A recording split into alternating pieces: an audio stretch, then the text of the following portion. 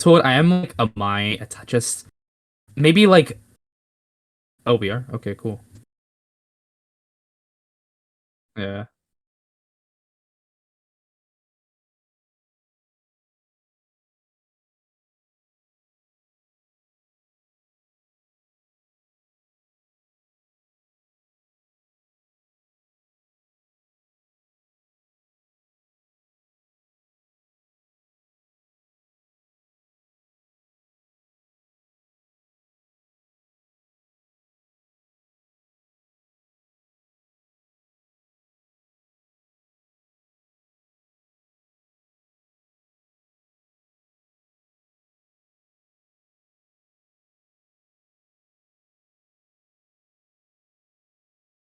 Hmm.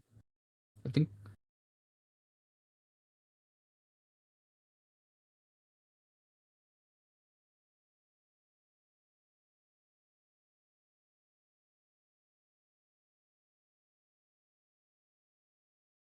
yeah.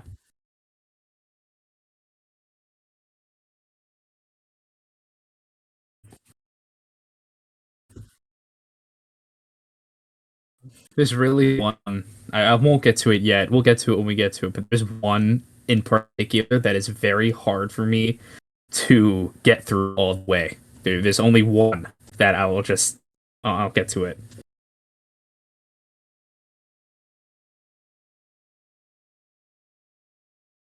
I was thinking about should we go in like that order? Or do you want to go in like the order of the tier list itself?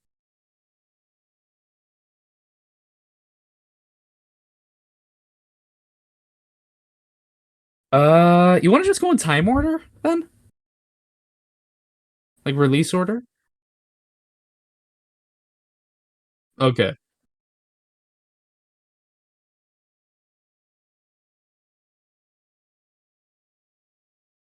Oh yeah.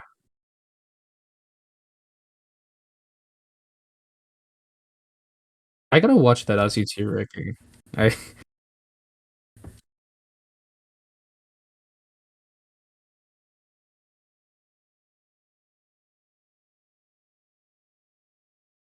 yeah.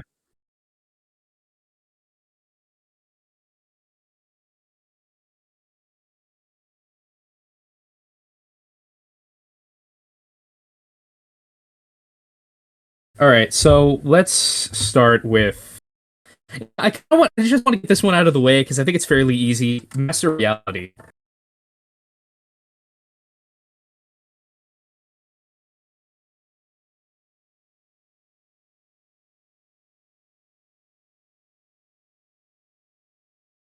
War Pigs I think is Paranoid.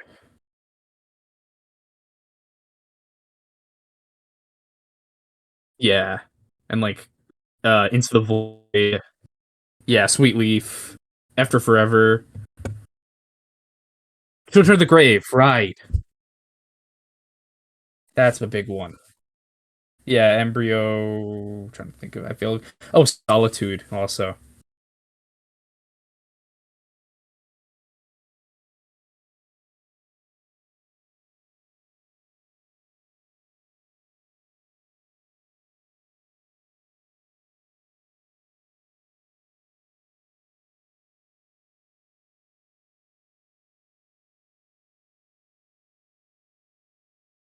Mhm.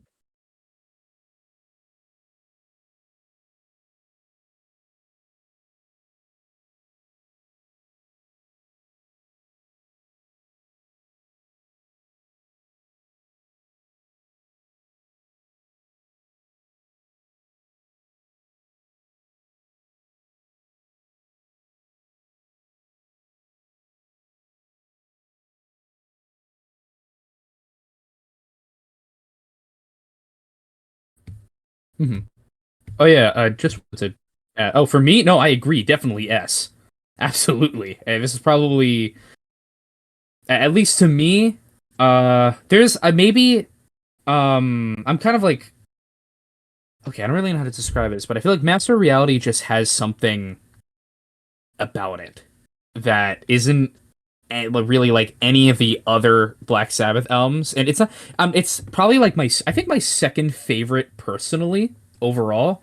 There's one I'll get to. It's way later. I just feel like that one I have more of a personal connection to. But Mass Reality is insane. There's not like a second of this album that I don't love.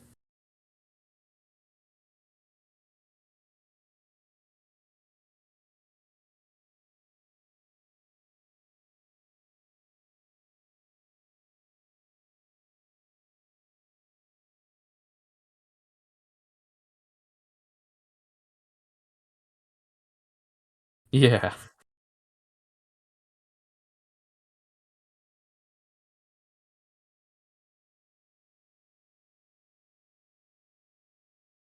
yeah. That's why.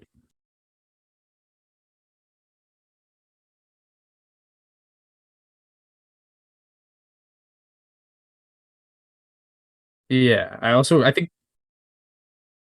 Uh, oh yeah, I feel like the thing about this album is I feel like this is where all four of the classic lineup like came 100% together. Like everything works with each other so well, and I feel like I want to highlight Into the Void specifically for that because I feel like that's that moment when it transitions from the opening riff to the that one.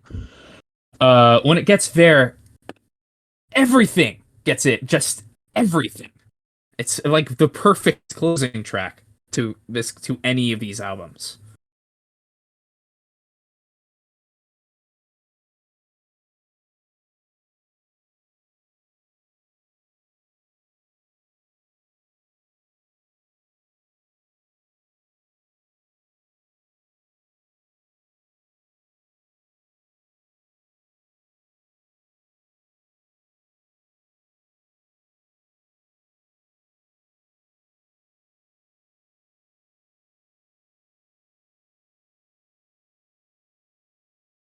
Mhm.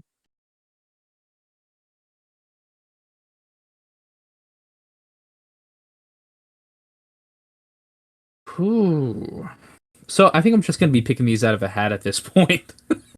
Um, so let's go for something completely different.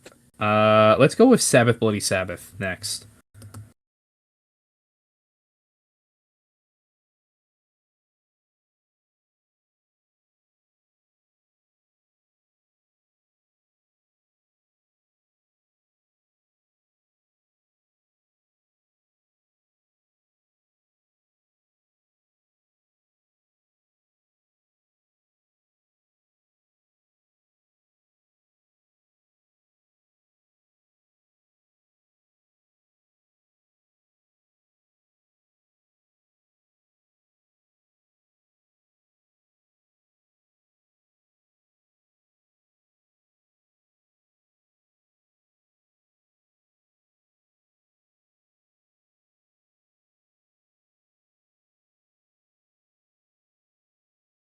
Mhm.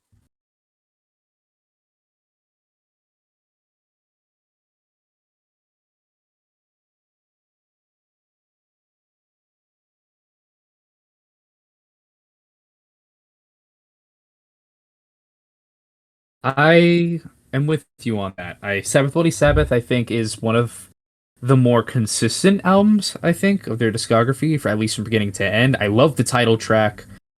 I feel like this is like there's like a bit of a shift on this album, at least in relation to say Master Reality beforehand, where they're doing something a bit more like rocky and progressive-ish kind of. They started add more. I feel like there's more keyboard into the mix. And they're doing a lot more. They're trying. I feel like the blues here. It's like because the thing that I forgot to mention about Master Reality is that, and those early albums, is that they're still very blue, very much like blues rock to an extent. They are very, and Sabbath Bloody Sabbath isn't quite as bluesy on the whole, but I feel like it's still there in like Sabracadabra, which is like it's bluesy, like kind of classic sounding rock and roll, and it feels new.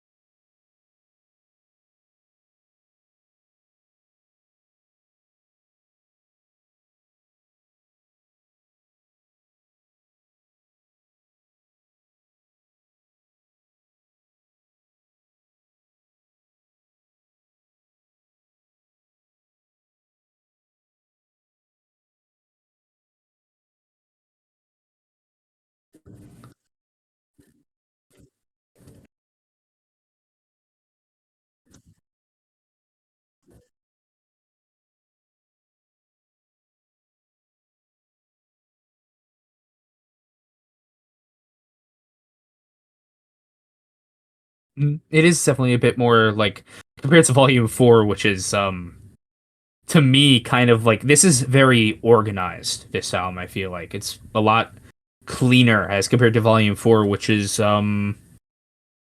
not very clean, I'd say, at least in my opinion. It's the dirtiest feeling Black Sabbath album to me, maybe besides the original debut.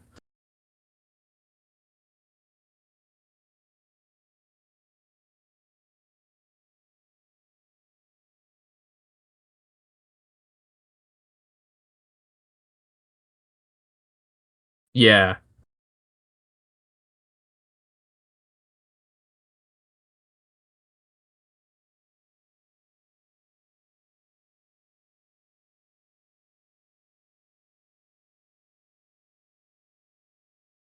You you want to move on to Volume 4 now, actually, while we're at it?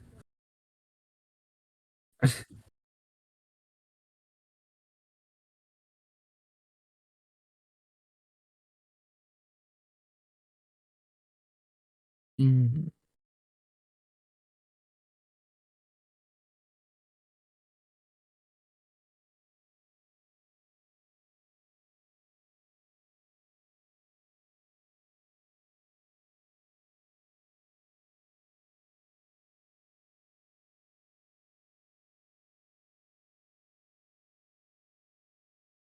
I feel like, at least to me, Volume 4 took an extremely long time for me to get into, personally.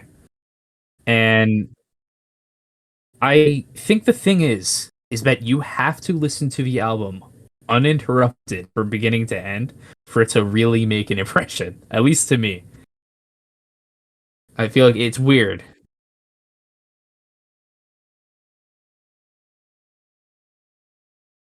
Yeah, as compared to, I feel like there's a few other albums that I feel like it doesn't quite work as well, no matter how much I love them. I'll get to that album. But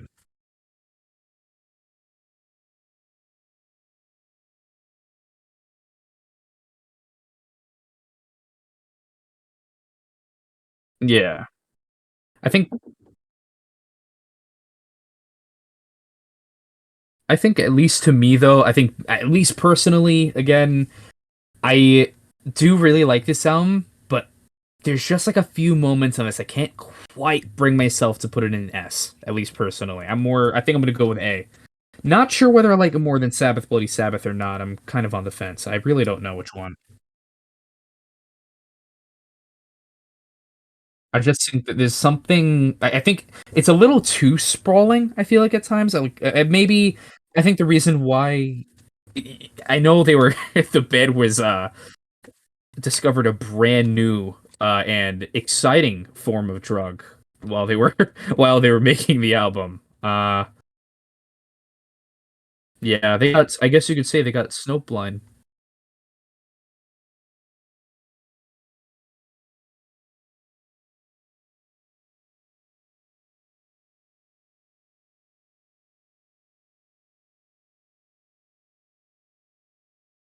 Oh, what's going on?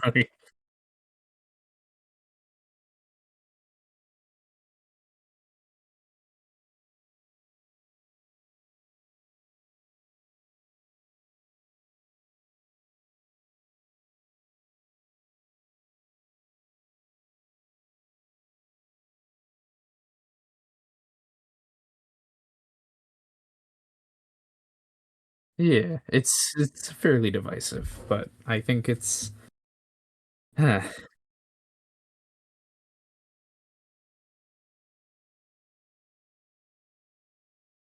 Uh yeah, so Sabotage I go back and forth on all the time.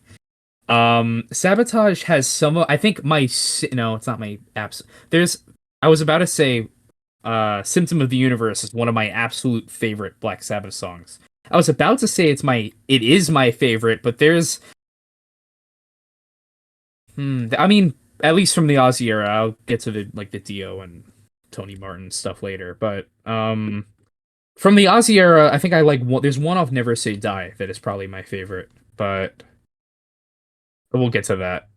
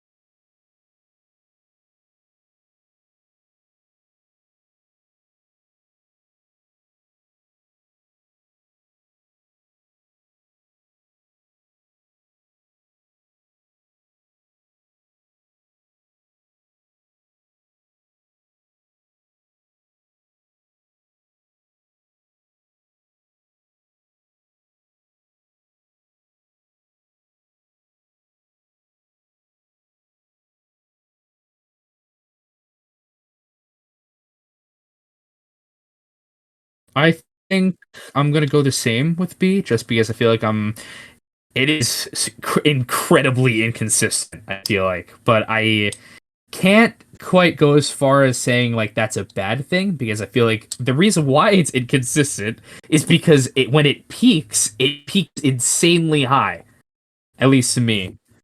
Yeah, it's extremely bipolar. Whereas I love Symptom of the Universe, like I said before. Hole in the Sky is my favorite Ozzy vocal performance on in Black Sabbath.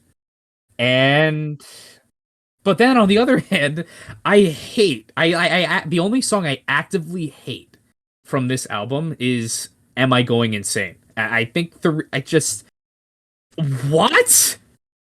I just feel like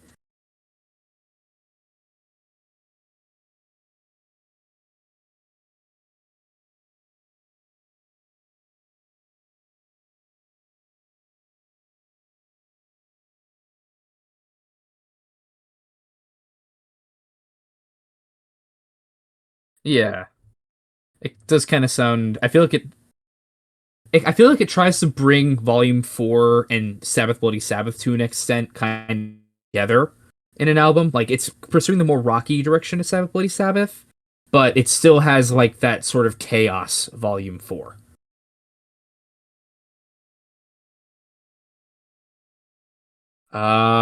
Good question actually.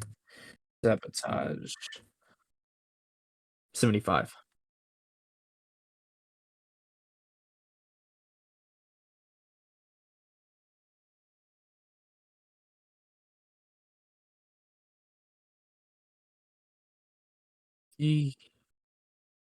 Yeah, Kiss is the one I get.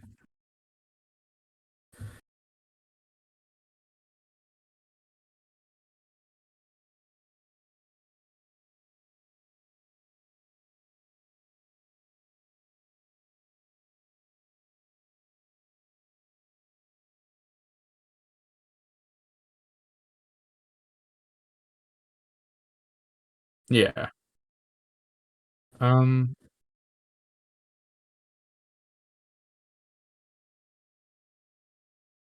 yeah.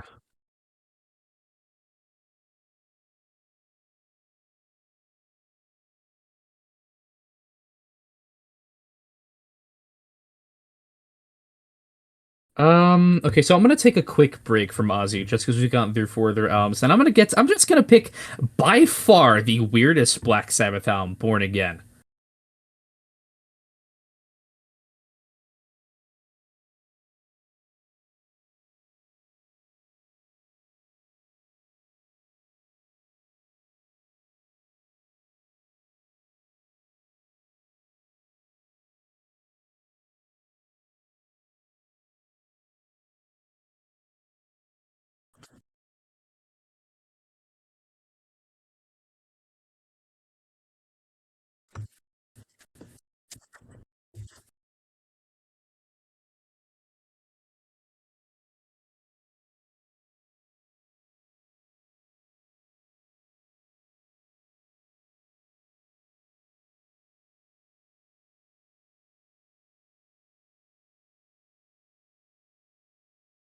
Okay. Uh, uh so with Born Again, I really like this album a lot. I prefer it to Sabotage. Um, I think the best thing about this album is the atmosphere, I feel like. This is like the first album where they had the keyboardist that was on the first two Dio albums, Jeff Nichols. And this is like the first album where it really feels like his presence is felt. And I feel like, at least on here, like this has like a very like hot, sweaty, like just like everything's closing in on you, like very claustrophobic atmosphere, and I really appreciate that.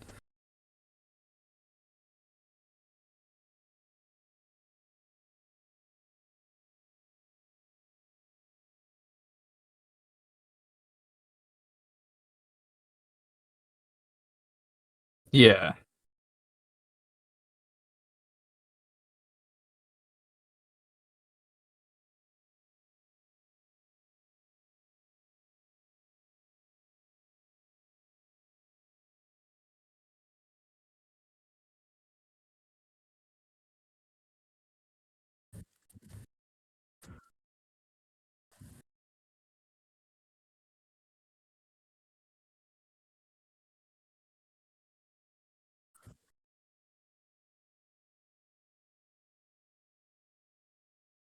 Yeah, sabotage.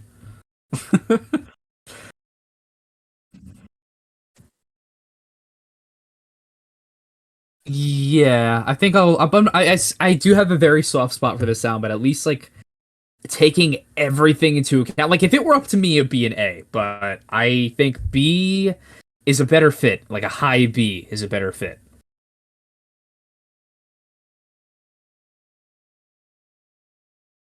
I think yeah, there's no like hit single like quick. Like technically, Trashed is the closest it comes, but even then, you know, Trash. I feel like Trash is one of the weaker songs on the album.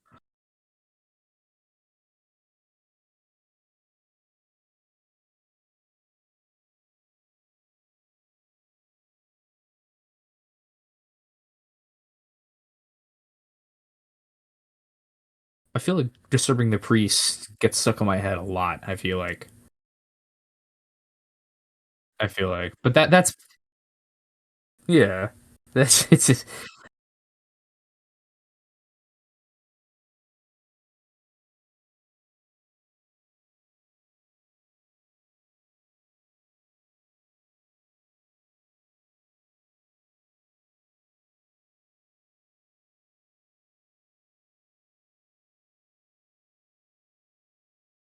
well, I mean, yeah. You know, actually, in that regard, you might as well we might as well get the Deep Purple. Oh, I'm putting it in high B, by the way, I think. Just at least to me. At least no, you can do yeah, this is not the same I don't know. Um I'm at least trying to like put my personal bias aside for some of these albums and judge it like absolutely fairly.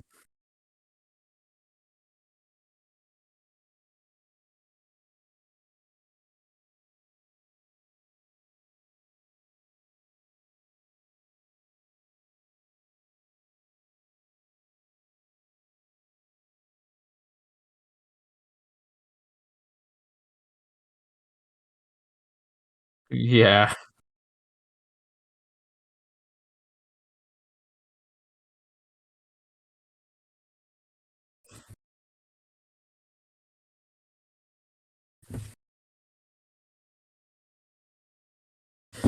Yeah.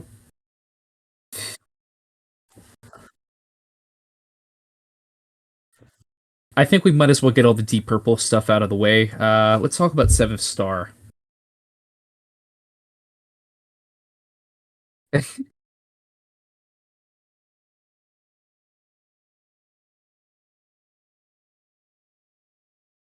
This is Glenn Hughes from Mark III. And like, oh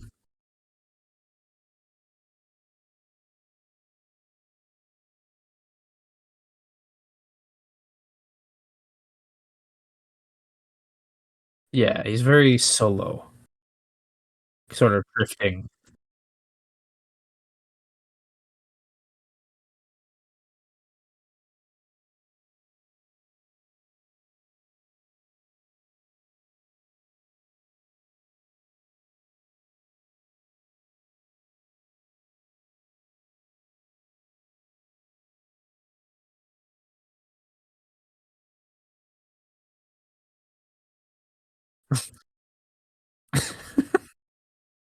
Mm.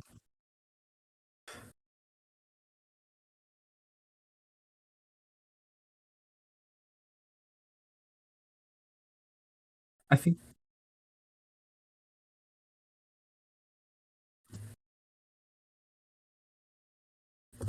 yeah. Uh, Here's my take on Seventh Star because I just want to get this out of the way. By the way, the two Deep Purple affiliated Black Sabbath albums coincidentally have, I think, the worst album covers out of all of the entire discography. I'm not. I don't really know. I feel like the Hydrogen Bomb meets Coughing Baby, like Coughing Devil Baby, on Board Again. I just feel like it's a little off. Like it fits the album. The album sounds like the cover, but the cover is just very like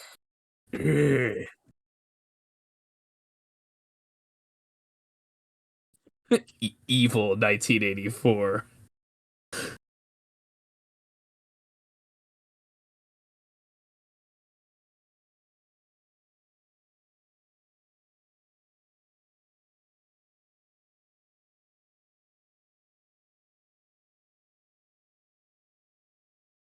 Yeah, and then my least favorite overall is probably the Seventh Star in terms of cover album, cover of art. It's just my least favorite kind of album cover is when it's just the artist and a background and like nothing special. Yeah,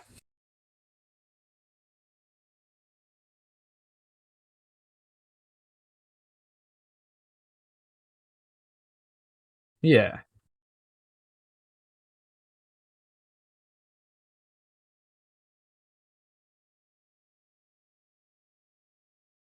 I think album wise, this one is another one that kind of took a while to grow on me, but I'll say straight up, this is probably one of my favorites. And I think the reason why I'm going to say that is because it's sort of like a combination of like I feel like this is a blues metal album. I feel like they're blues metal like there's and I think that also it has something to do with I mean, Black Sabbath did kind of they were technically a blues band. They are technically a blue I mean all rock bands are technically blues bands in some way.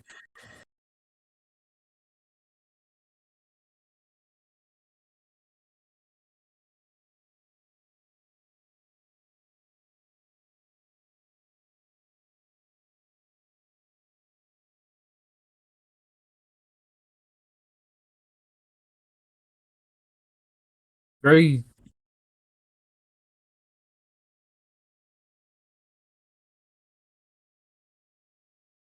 yeah, it's a very like loner sort of album and I feel like at least to me the reason why I think like there's every I like every track on this album. My favorite is probably Heart Like a Wheel. I think it's not very like it doesn't hit you right away, but I feel like once you if you like really get into it, um, there's like it's like it has captures not the same kind of magic as Volume 4, but it has that Volume 4 sort of like once if you're really allow yourself to get really into it, you get sucked the hell in, I feel like. Oh, it's not even close to the same as Volume 4. I think they're well, I mean this is I at least to me, like personally, consider I feel like it's truth be told, Volume 4 is still kind of growing on me as much as I really like it. I think I'm there with Seventh Star. And I think a lot of again, I feel like the big element of that is I think this is Tony Iommi at top form.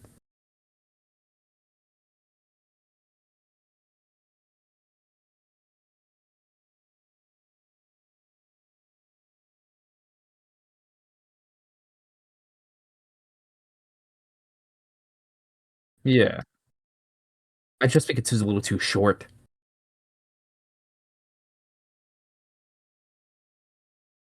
It kind of ends just out of nowhere.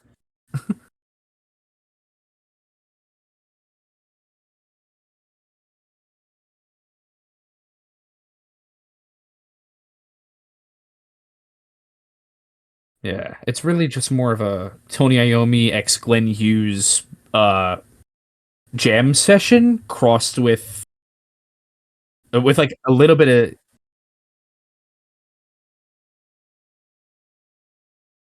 oh I don't really know how I feel. I still don't know how I feel about that album. It's not that Seven Stars a million times better than that, at least to me. But yeah.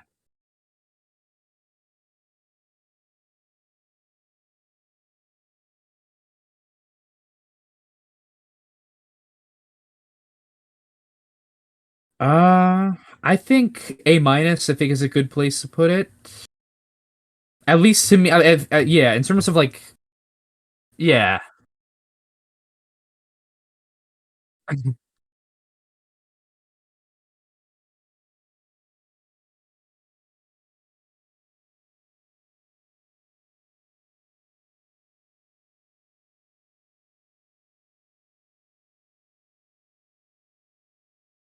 Honest to God, there's only like one, maybe two or there's like three Black Sabbath albums that I'm not crazy about. Honestly, like really not that. Not, yeah, the best. Yeah, So I want to get this out of the way. You know what? I think my absolute least favorite one out of the way. The one I will, without remorse, put in D tier. And this is, I don't know if it's going to come as a shock or not. Um, I cannot stand technical ecstasy.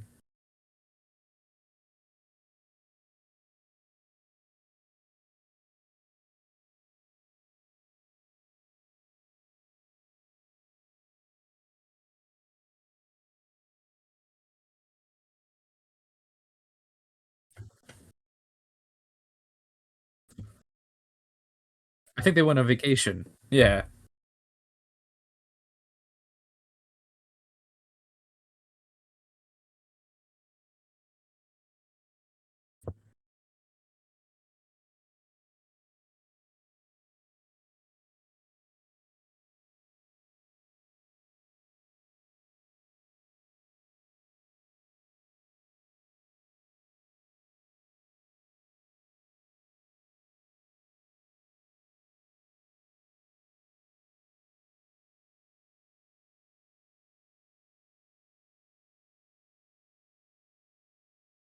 I will go D. And I think the reason why I'll say that is because here's, at least to me, this album, I think here's what I'll say. It has Backstreet Kids and absolutely nothing else. This is like the only one. Maybe being a little harsh on it. Maybe I don't know. Maybe if this is me being a little harsh on it, but it's like, it's,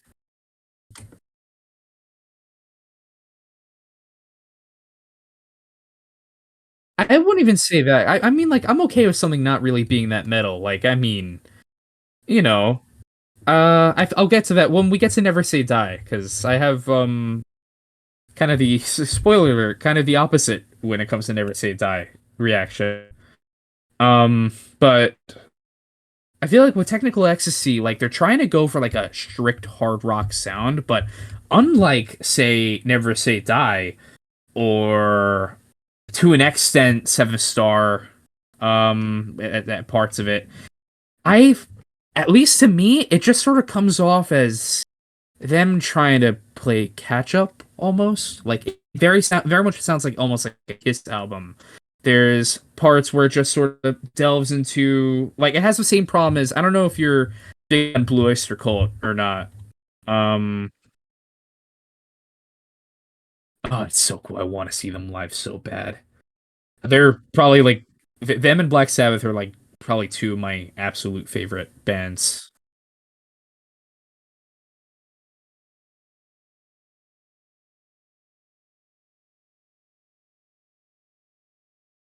Yeah, I think it's, I don't know what I think it's kind of all over. He did a bunch of roles. Eric Bloom, I know. Fuck DARPA.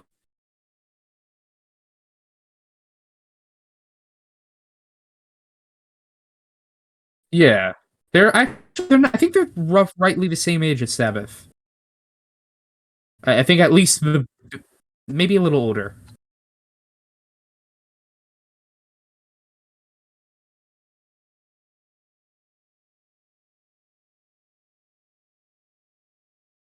Yeah.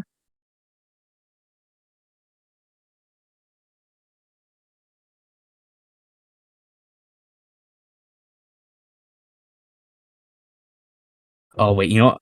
Before we continue with this tier list, I gotta ask you a question about that. Did they play Black Blade at all?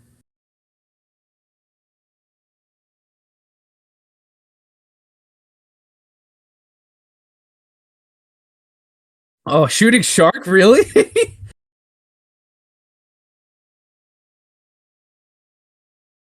Perfect Water, did they play at all? That's another one of my favorites, I think.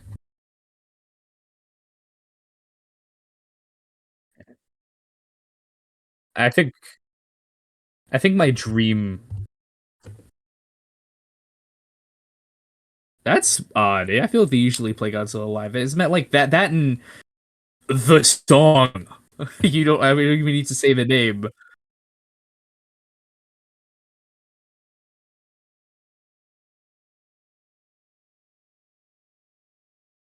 Yeah. Well, they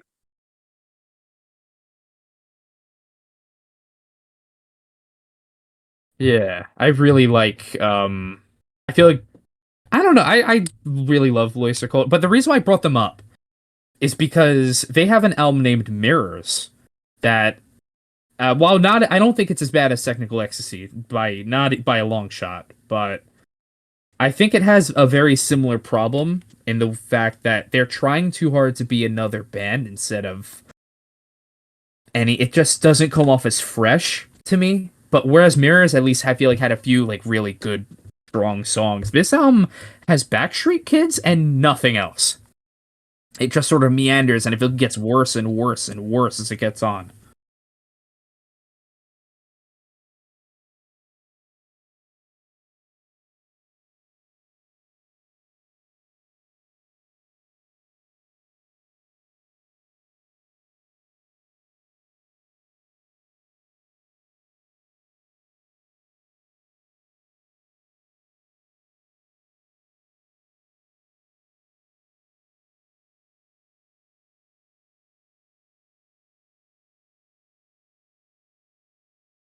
Yeah.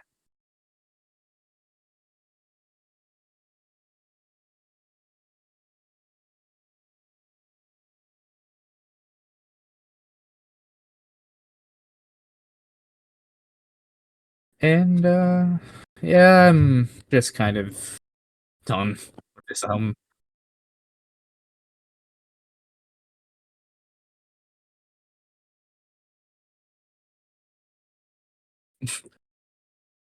Yeah, there's those songs that they kind of have to.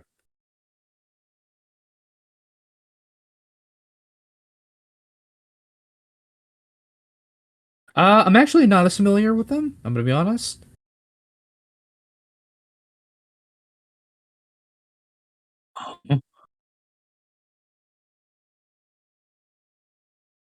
But they're here playing at birthday parties. That's kind of fuck.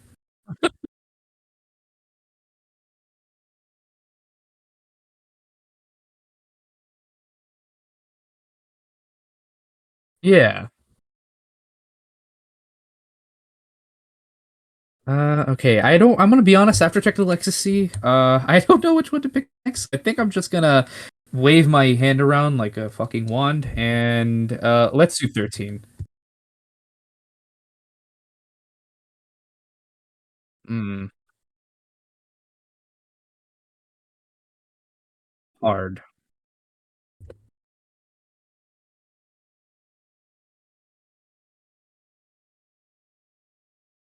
This is the most recent album.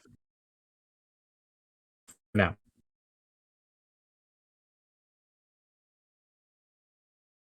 wait, the last Ozzy album you said? Oh, Patient Number 9. Yeah, I agree. I really like that one.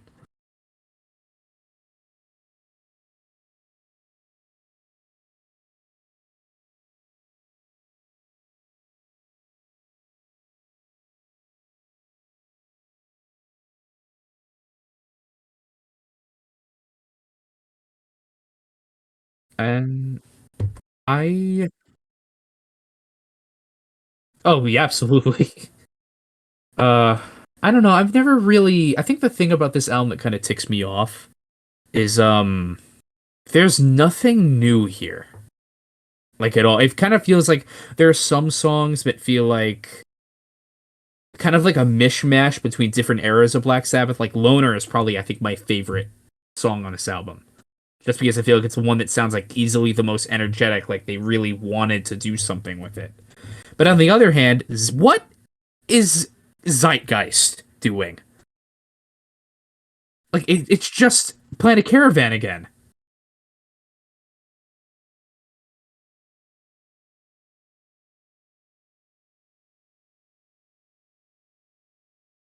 I feel like it doesn't work on this sound, but it works on another. I think it's not. Yeah, you're right. There really isn't that much to say about the sound besides like it's like it's fine. It's just more of the same. And I think C. Yeah. I like the first three songs a bit, but I think especially against Loner specifically, but then it just kind of drops off after that, and then never really really peaks. Sort of there.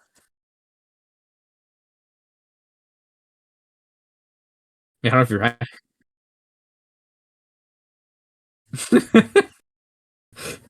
Eventually, you might 13. Sure, I think C is a fair place. Ah, heaven and hell. So let me just get this out of the. I keep saying let me get this out of the way a lot today, but I don't know. So Ronnie James Dio is my favorite metal vocalist ever.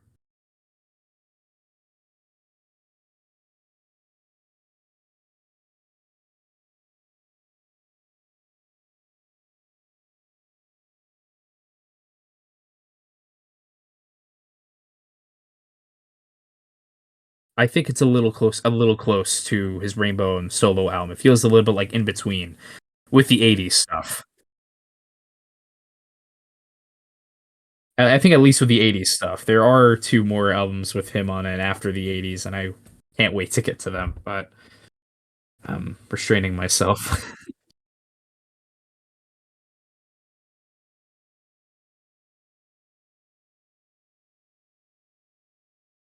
Yeah.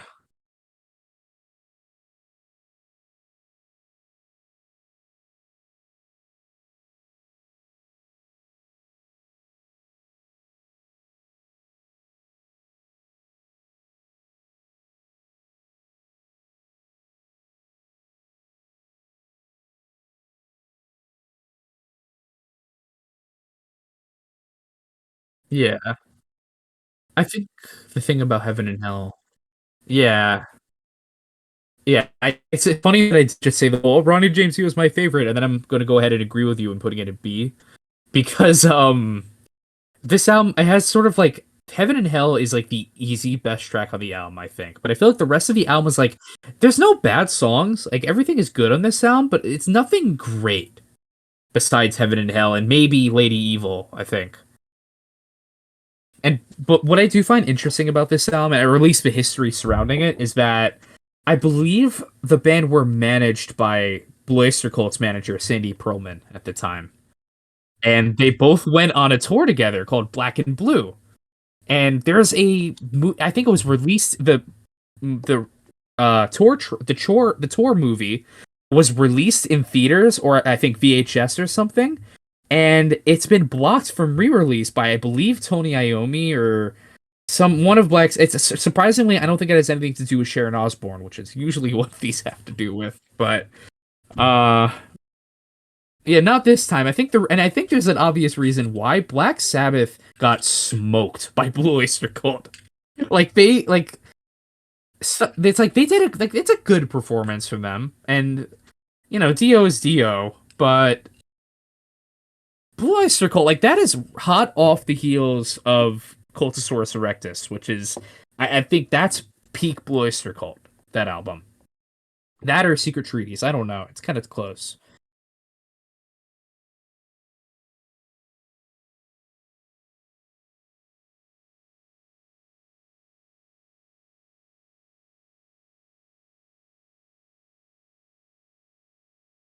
Yeah,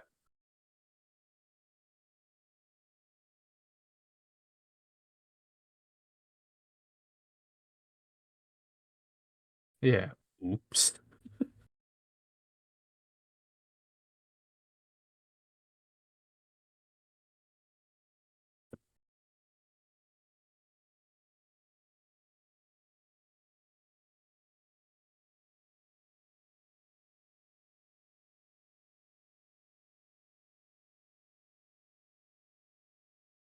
No, yeah, and I know they shared a producer technically. I know the two that Cultosaurus and Fire of Unknown were produced by Martin Birch, who also did the two Dio albums, the two '80s Dio albums, and of course,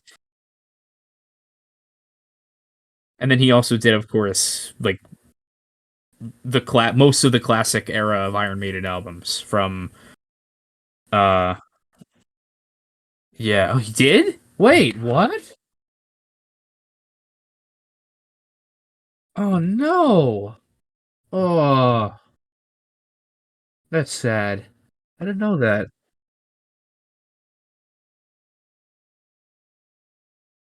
Yeah.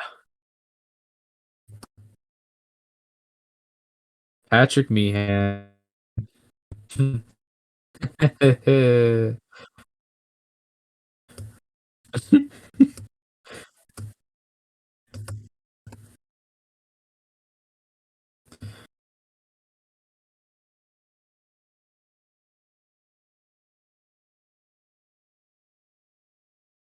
Well, that's actually funny you say that because I'm the polar opposite. I think it's a lot better than Heaven and Hell.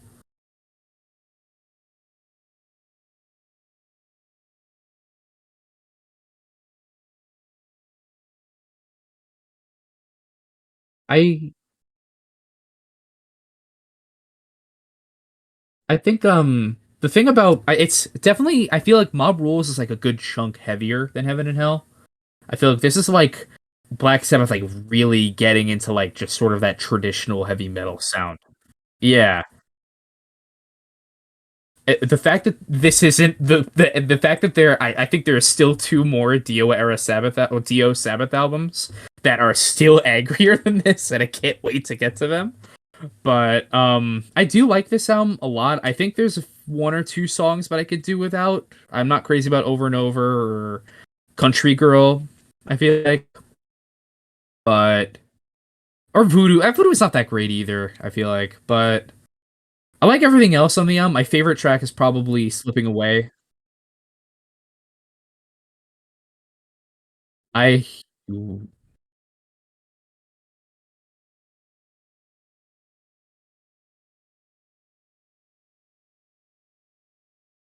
what's what it sound like?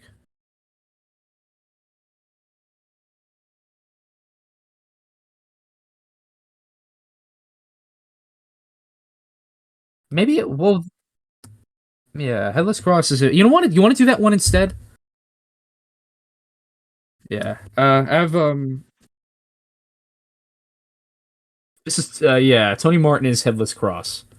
And fun fact, I think this album and the three after it are getting their first reissues this year, at the end of the year. Oh, I agree. I'll say I think I have kind of a soft spot for the Tony Martin for the most part. There's one album I don't like. I just think Headless Cross is a little. It has a similar problem to Heaven and Hell, where I feel like there's like one or two songs that are great, and then everything else is a little there.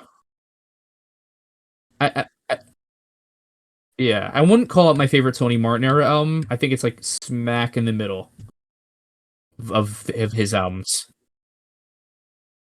Yeah, there's one song that I loved. I love when Death Calls the track, and it's totally not the reason I wrote this class the screenwriting class. Yeah, I named my script after When Death Calls, and that's what the name of the script is. Uh, so I do like Headless Cross a lot, but I think it's a B. I think with Headless Cross, it's like it's good. There are a few real I like When Death Calls and Devil and Daughter a lot, but I just sort of think it's not as good as the other Tony Martin stuff, and it's a little faceless sometimes. Yeah,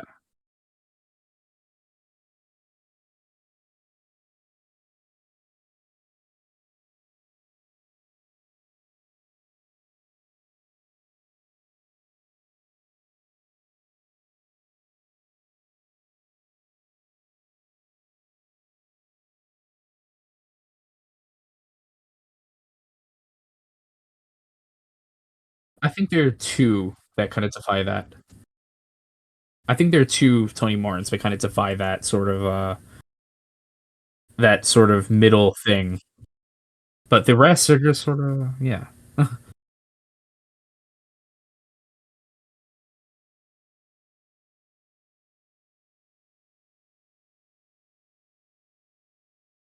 Yeah, get it, get it.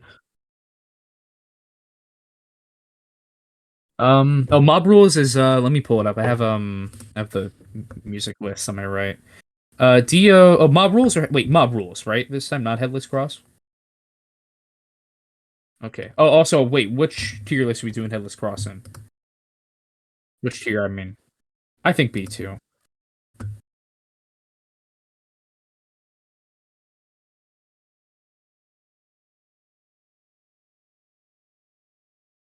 Yeah,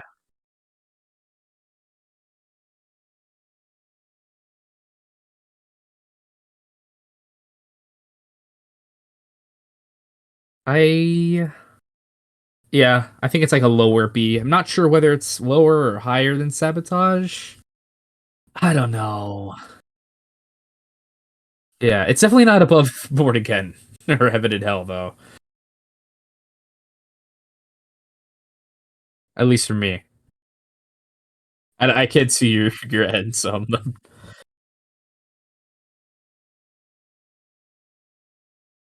yeah, I wouldn't. Yeah, I don't really feel if we get to like below average until like 13 even, and even then 13 is like more just you know it's there.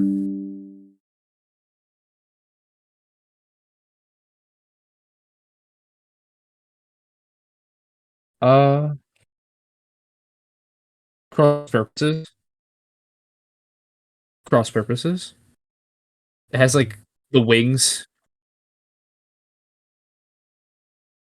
Do you want to move to that one before Mob Rules?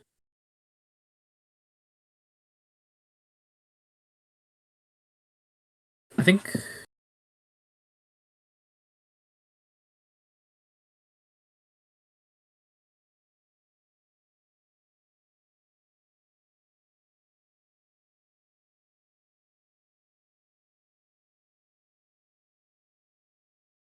I think that's what I was. I think that's the thing when I was going through these albums. I think Cross Purposes is probably the one that's. I don't really know what to I don't really have that much to say about Cross Purposes. To me, I think it's my least favorite Tony Martin album. There's nothing really that sticks out about it, like at all. There's nothing. Again, it's as a nothing is bad, but nothing is really that great. Yeah,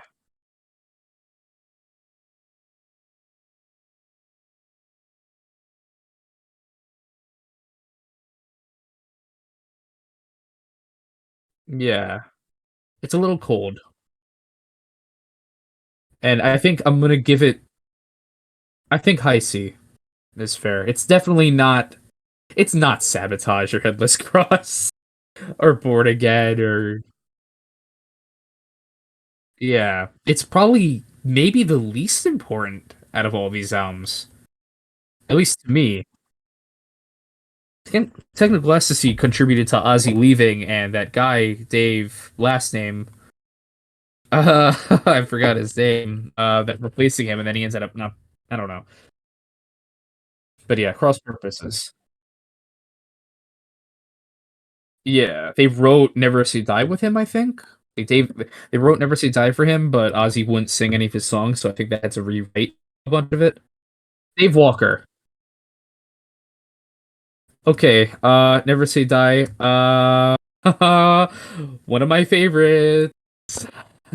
I get jovial when I think about.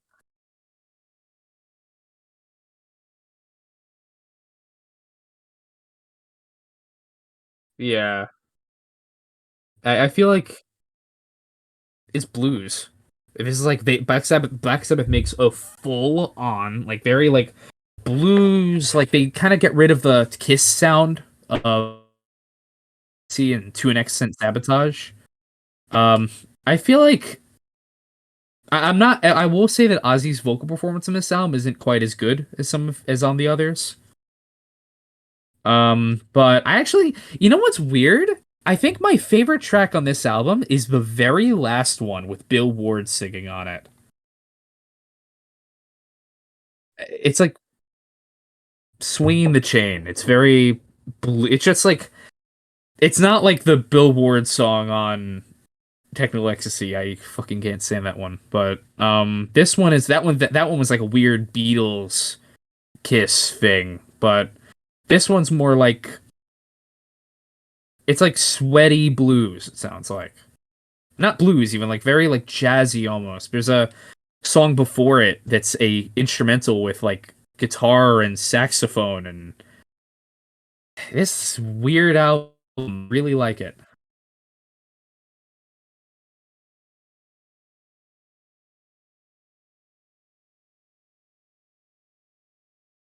Yeah,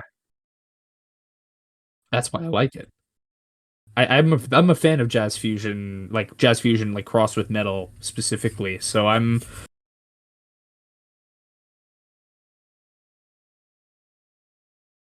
ahead. Yeah. I really like it. If it were up to me, if it were like 100% up to me, I'd put it in S. I love this album, but I think A just because I think I want to reserve S for like the really special ones. Any special ones.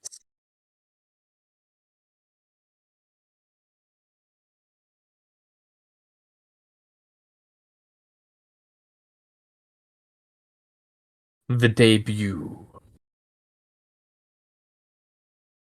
Black Sabbath on Black Sabbath.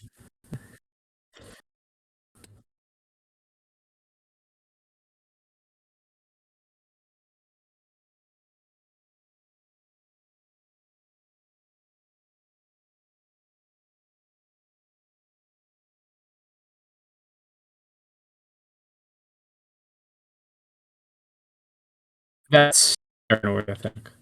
The Wizard, that's Black Sabbath.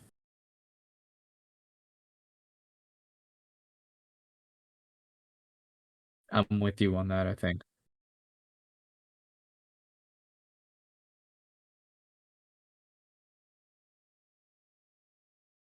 It's very muddy to me.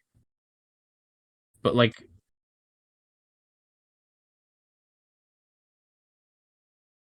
I feel like yeah. I feel like the thing about this album to me is that it's like it's very muddy, but not in a bad way. It's more like less like muddy sounding and more like muddy as in you're imagining mud, like someone stepping in mud vividly in your eyes. Like it sounds exactly like the cover. This is one of my favorite album covers for Black Sabbath.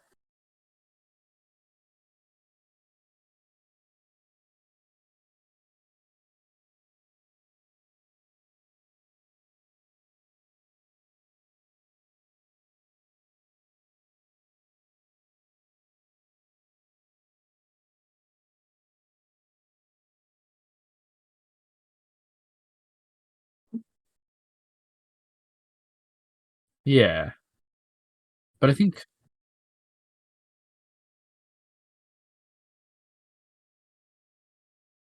the Warlocks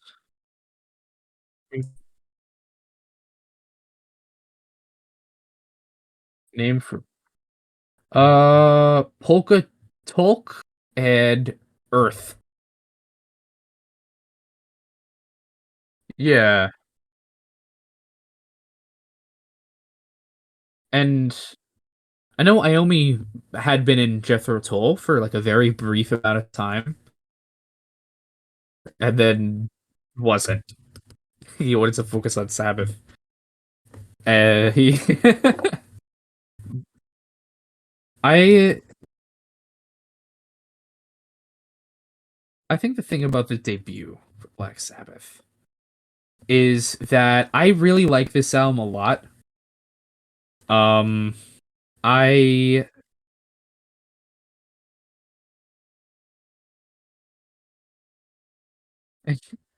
I feel like it is a re-listenable album. I I recognize its importance, and I really immense appreciation for it. With that being said, I can't put it in S, I think, and I think I'm gonna have to put it in A. and I think that's because it feels like there is more. And I know like there is behind the benefit of hindsight, knowing that there will be more.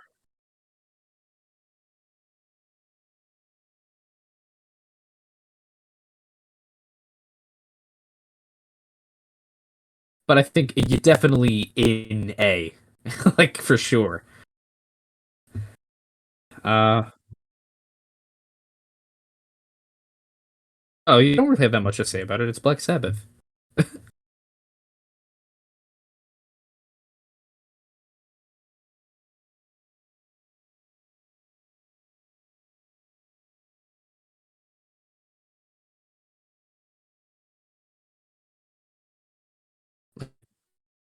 Yeah,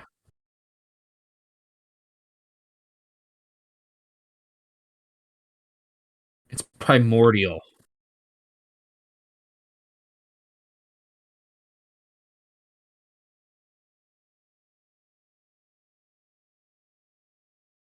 Yeah, it's kind of like what I did with um. I keep bringing up Blue Oyster Cult today. It's kind of like me with the very first album, like the first like its self-titled. I feel like it's very interesting, but compared to like Tyranny Mutation or Secret Treaties, it's just sort of more primordial. Like it's not fully formed yet. It's almost there, but you know.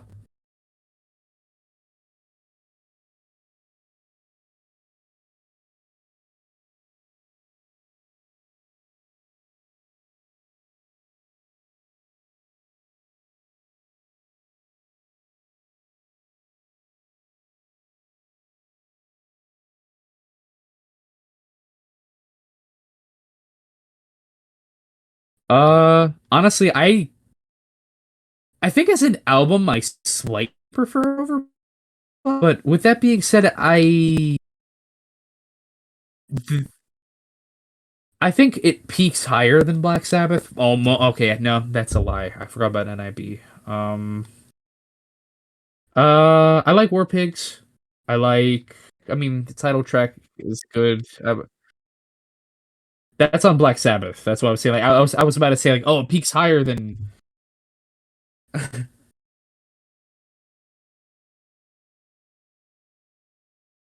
Yeah, there are very similar playing fields. I feel like Paranoid. I think is a little bit more upbeat,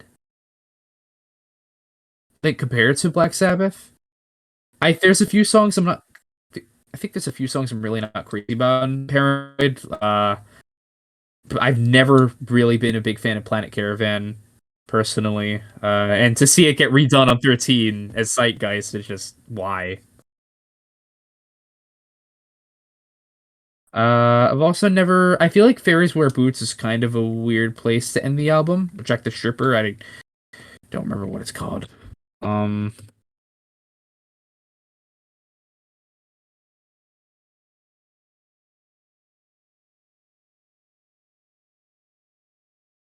yeah. I'm just not sure about it being the end. I just no. I mean, I'm not sure if it. I'm not sure about that song being the Fairies Wear Boots being the end of the album.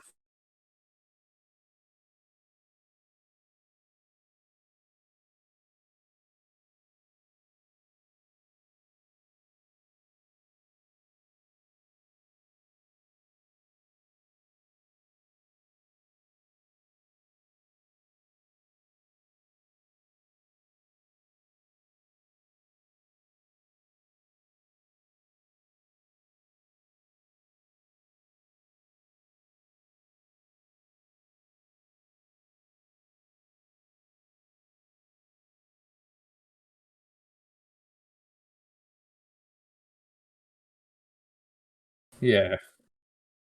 I like this a lot.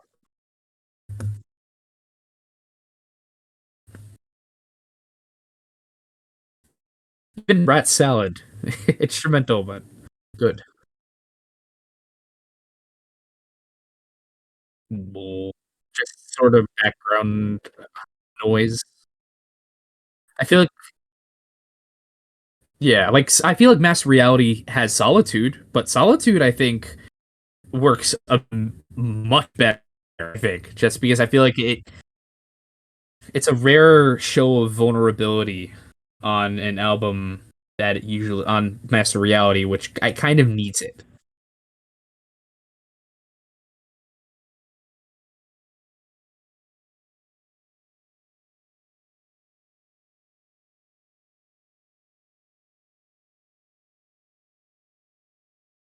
Yeah,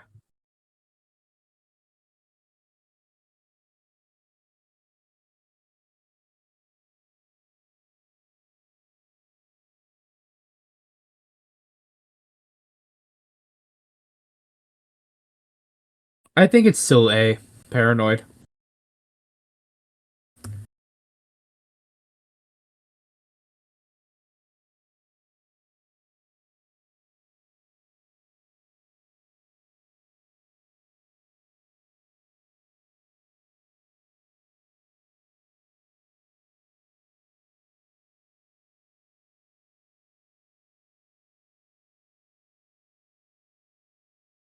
Yeah, I feel like everyone knows Iron, especially the title track Paranoid. Yeah, that's like I feel like to me at least the most known Black Sabbath song. It's in every movie. It's in every commercial. It's in yeah, but that doesn't make it good.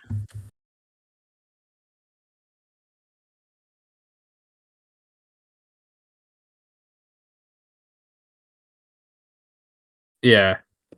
I feel like it's like one of the it's like a hot thing just like you pick up the phone, paranoid, paranoid, and then they just give you the price and that's it. Like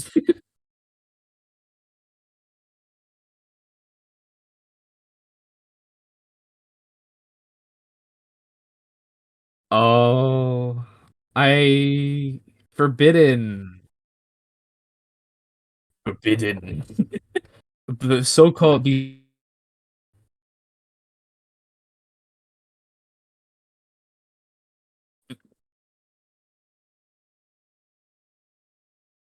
this is a widely this album is widely considered to be the worst Black Sabbath album by just about everyone that I've ever heard of. And for the life of me, I don't get it.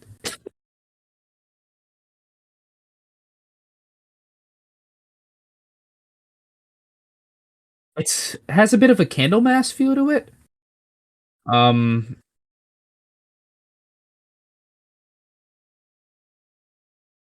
yeah, I feel like this is the first Sabbath album since Never Say Die, where I feel like no, I can't even since Master of Reality, where I feel like no, since Volume 4. Okay, now I'm done. I'm done going back to since Volume 4, where I feel like impulsive again. Like they got their impulsivity back. Is that the word? I'm not sure. Yeah, and it sounds bitter and angry, but it doesn't. But it sounds like very genuine. And yeah, I know there's a few weird things about the sound, like the production is a little like Cozy Powell.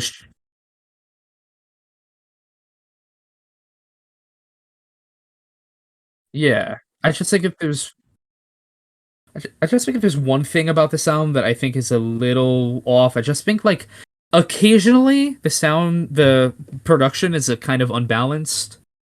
It's like it's trying to get raw, but they in that case they just shouldn't have mastered it. I feel like they should have like had a yeah. Cross purposes was a little too clean, whereas like Forbidden is everything. I feel like the thing is about Forbidden is that this is one of those like very personal albums for me because this I did say before that I named a script after When Death Calls, but Forbidden is the album that gave Forbidden is the Black Sabbath album that I feel like gave my script the most life, which because I feel like there's like and I think that mainly has a lot to do with the cover because I think I got the whole oh yeah I think the thing it's a bit like a it's like a dark comedy, but the thing about Forbidden is that yes, it's not a comedic. But I think the thing is, there's like a very, very subtle like snark or sense of humor to this album, like very subtle.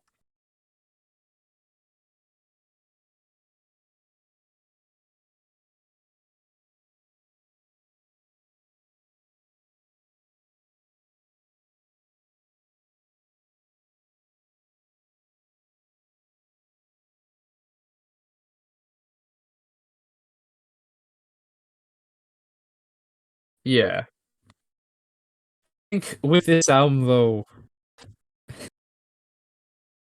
I think with this album, truth be told, I think this is the single most underrated Black Sabbath album. If I had to pick one, it's Forbidden. This is not my favorite Black Sabbath album. There's one, another. Oh, uh, uh, hey,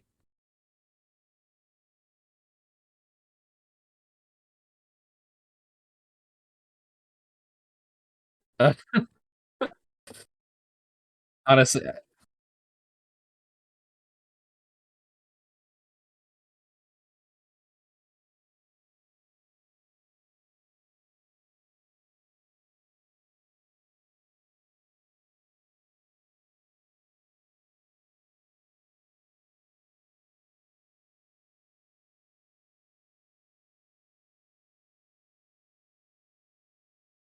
oh God, I rate it. Uh,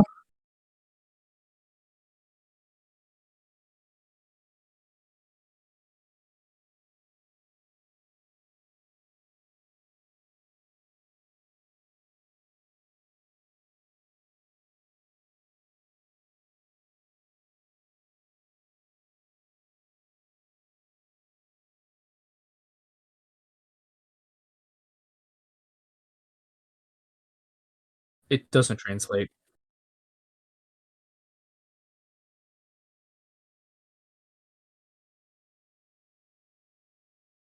Yeah, I think the thing about here is that this album has a single trilogy of songs that have to do with anything related to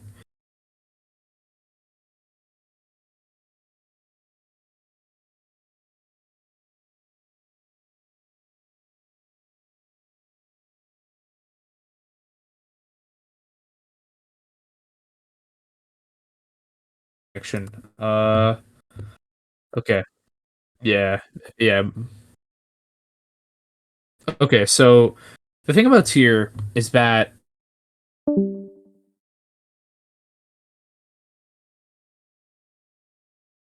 my internet randomly cut out in the middle of nowhere. Don't know what happened. Uh, yeah, Tier. Tier. So this is my most re-listened Tony Martin album, maybe for bit.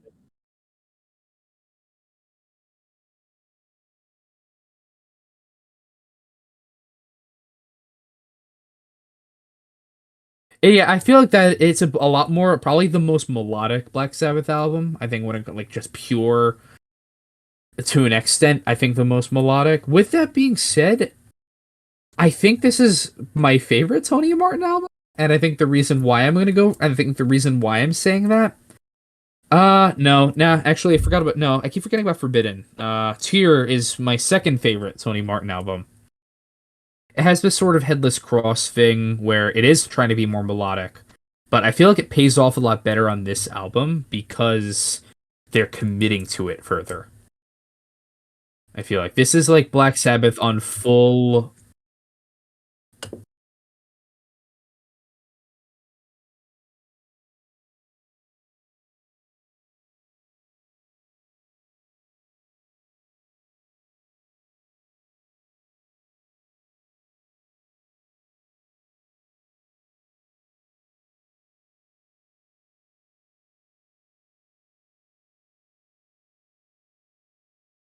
Yeah.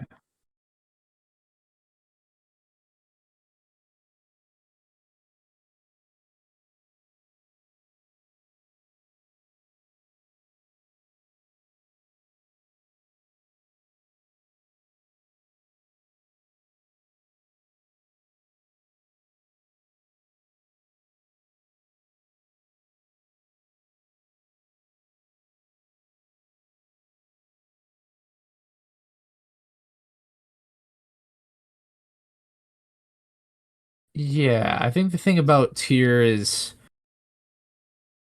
well, I feel like the thing about Tier, I think what sets it apart is that it's like probably the only Black Sabbath album that isn't driven by the guitar. I think it's very driven by like Jeff Nichols on keys or very no, especially Cozy Powell on drums.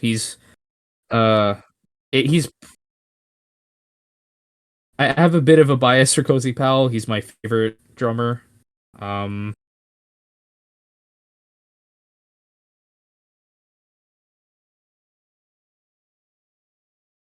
yes. I just think like Tyr is very good. I just think if there's one thing that Forbidden has over it, is that Forbidden I feel like has a bit more to stick out. Like Tyr is excellent listening to it front to back. Picking individual songs is a little harder. It's a volume 4 problem, if you will. At least to me. It's kind of a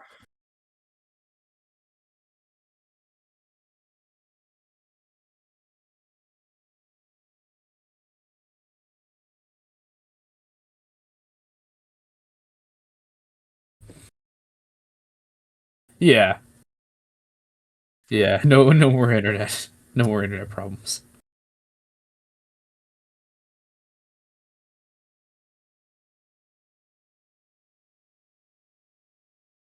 Uh at least to me, low A, I think. It's not forbidden. Yeah. We are saying A a lot, but it is Black Sabbath. Yeah.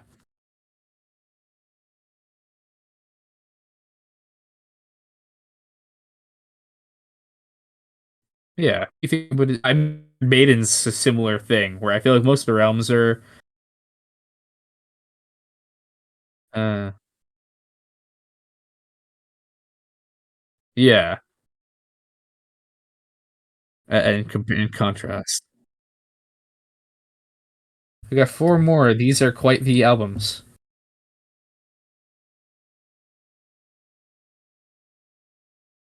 Which one?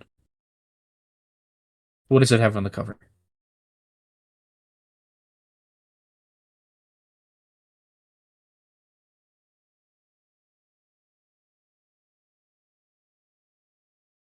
Hmm.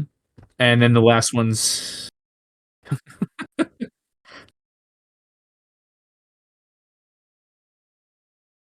what?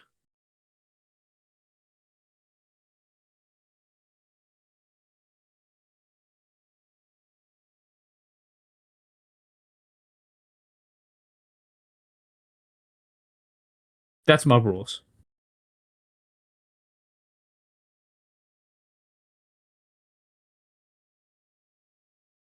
Oh yeah, yeah. Wait, which one are you talking about?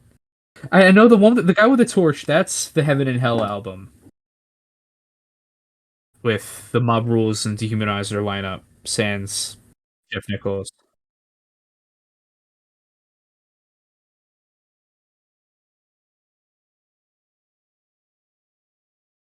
Oh no, that's not it. They called the band Heaven and Hell because the Ozzy era reunion project was on hold in the mid 2000s.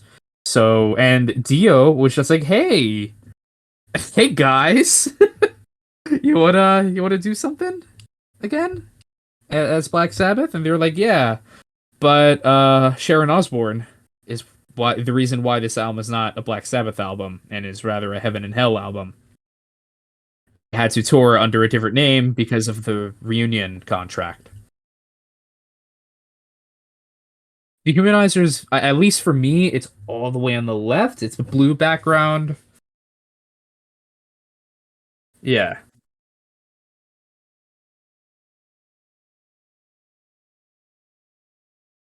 Uh, you want to do that one, or do you want to?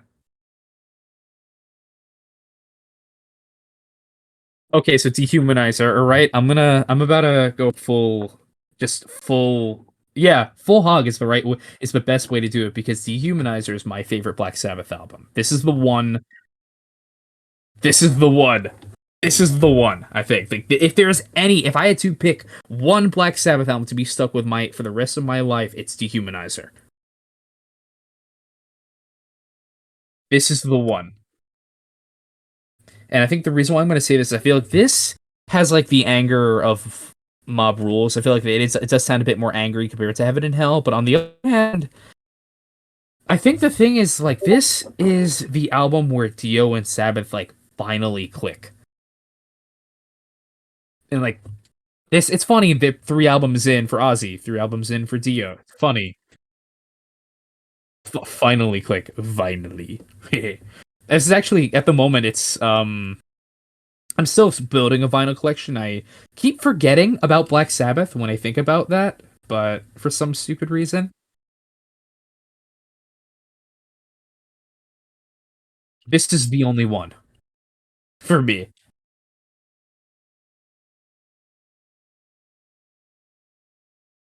I have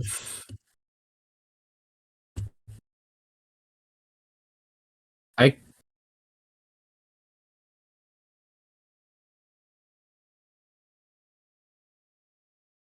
yeah. I I have the thing about Dehumanizer and this is I get this is the only one I have on vinyl. The out of all of the Black Sabbath albums at the moment, the 1992 release. It's a special version from 1992. It has a blue.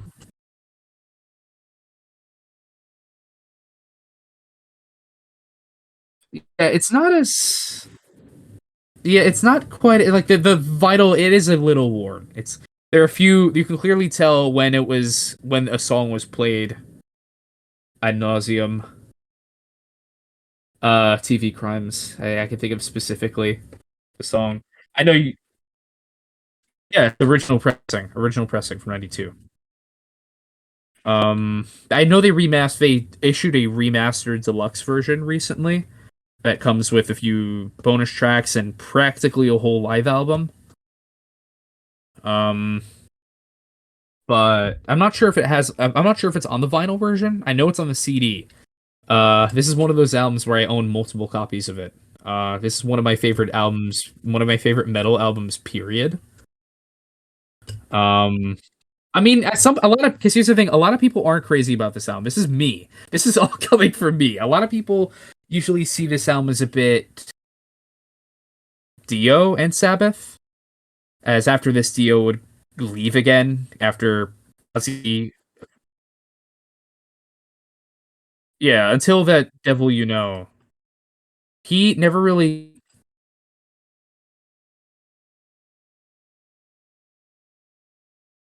So he left at Mob Rules first. He left at Mob Rules first because of a stupid argument involving mixing with the live album. And he left, and the drummer that was on Mob Rules also left, Vinny Appice, and they formed a solo band right then and there.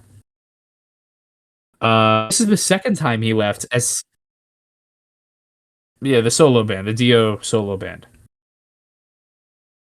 And the thing about Dehumanizer is that the reason why he left this time is because the album came out, they did go on a tour, and then Ozzy announced that he was retiring and offered Black Sabbath the chance to open for him. Dio was very, and they accepted. Dio was very hurt by this and left with Vinny Appice again. And they went back to doing this solo.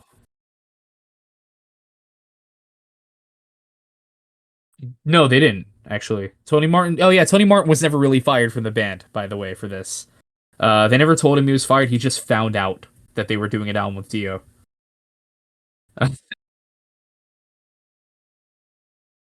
No, he didn't. He left before they could do it. So you know who they got to replace him for the tour? Rob Halford. It sounds amazing. I guarantee you it's not. He sounds really shot and weird. Like if you've heard him singing, like I forgot where this is a clip of him singing "Symptom of the Universe." 92. Rob Halford, "Symptom of the Universe." Yeah, he sounds very like take me to series of like he sounds very off. It's not the he's not the right fit for Sabbath.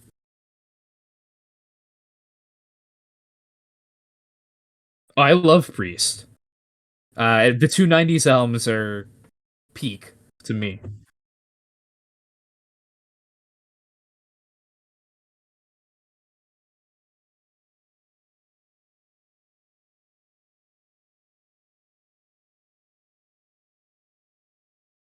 So Painkiller came out in 1990, and it was people absolutely loved it back then. People still love it. It's my favorite Priest album. It's fast and aggressive, but Rob Halford left out of exhaustion, and I think out of wanting to do projects like his own solo, like his own side projects, like Fight, and yeah, he left in like 91. And then Priest took a hiatus. They made two albums with then new vocalist Tim Ripper Owens, and his albums, Jugulator is really heavy and nasty, and I love it. But Demolition's kind of cringy and tries really hard to be like a new metal album. But then after that, Rob Halford decided to come back, and they fired him, and no shade on Owens.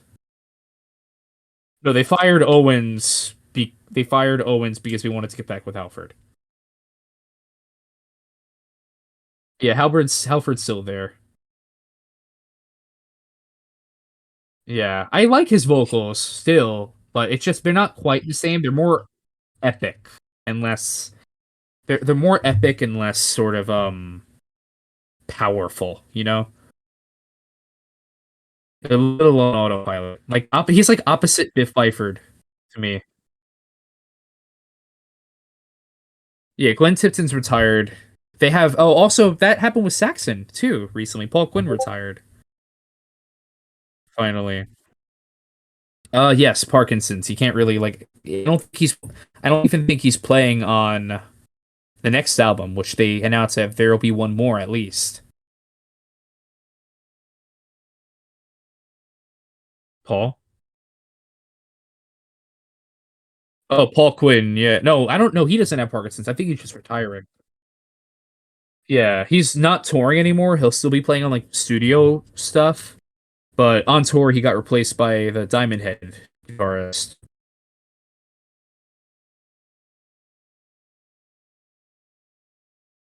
KK Downing left over money after like over like pay issues or something. He formed his own version of Judas Priest with Tim Ripper Owens as the vocalist, and I think Les Binks on drums.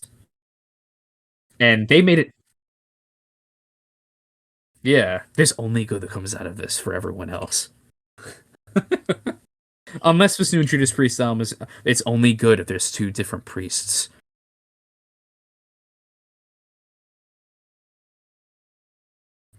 If there's two different Judas Priests, there's two different Judas. That means there's more Judas Priest. Yeah, unless the new Judas Priest album isn't good, whenever that comes out. I believe they said this year or next year. Uh,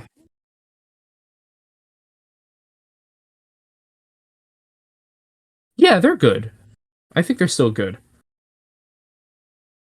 Yeah. Okay. Dehumanizer. I could gush about this album all day, but we still have three albums to go through.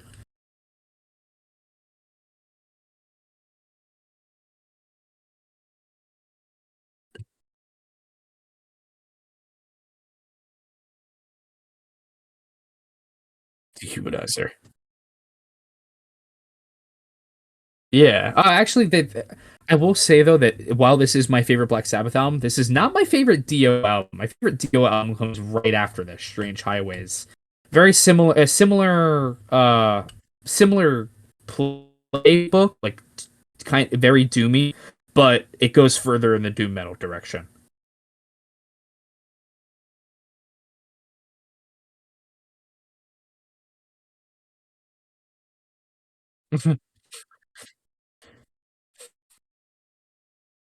Yeah, his 90s outlook. That album in particular, I really like. Dio gets heavy after he leaves Black Sabbath a second. He made 10. Yeah. There's a few. There's like maybe only one that I'm not really crazy about, but that's a story for another day. Now we have.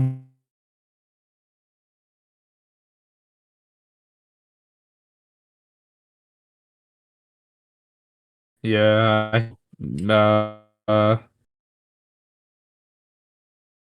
Yeah. Okay.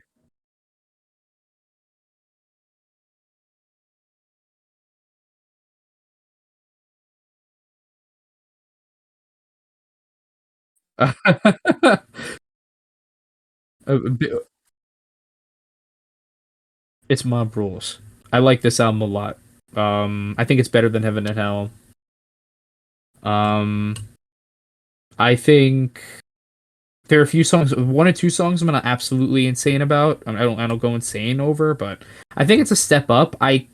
If there's anything though, I like Vinny Appice as a drummer a lot. I kind of prefer Bill Ward, and I know I have no idea. I have absolutely no idea. I know he left mid tour. Um, I think has I'm not sure whether it has anything to do with Ozzy not being there anymore or alcoholism. It's one or the other.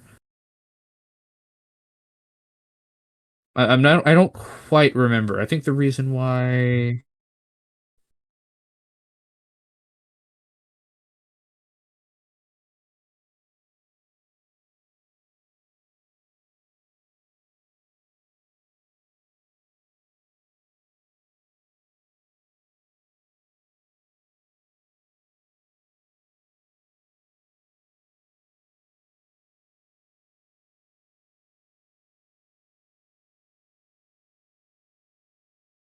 Yeah, Bill Ward. He pretty much the thing.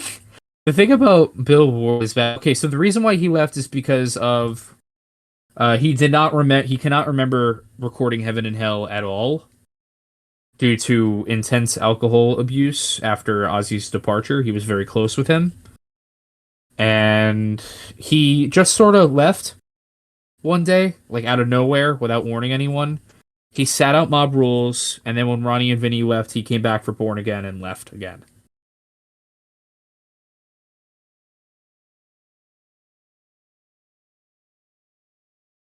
Yeah, he wouldn't do Mob. He didn't do Mob Rules either, just straight up.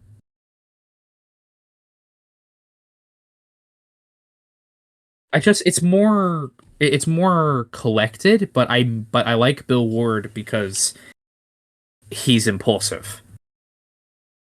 That's another reason why I feel like Cozy Powell is like a great halfway point between him and Vinny. That's why, but yeah, I just think like it's a very Mob Rules. Uh, it's I do like Carmine. I think Vinny kind of gets a more of a heavier reputation due to the bands he's worked with. Like Carmine is a little all over the map. Like he was with what's that band called? It- yeah, Vanilla Fudge. And but then he'll jump to like, oh, the next song is freaking King Cobra or something. Like super glammy. Yeah.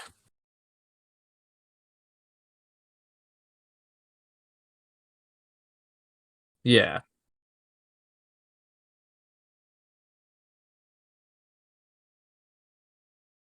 He's he's very heavy.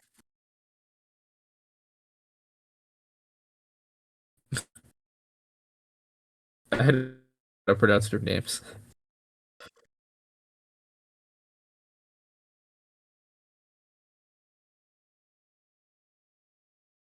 Yeah, Vinny's definitely more technical. I like Carmine.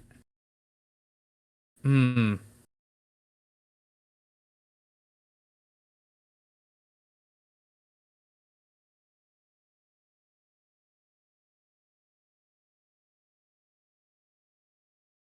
The reason why is because nobody knows how to pronounce their name.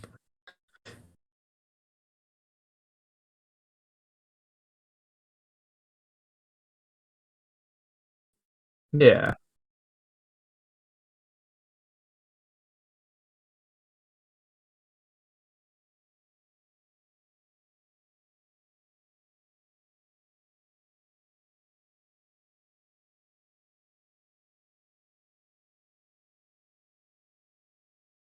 Oh, the Jeff Beck group.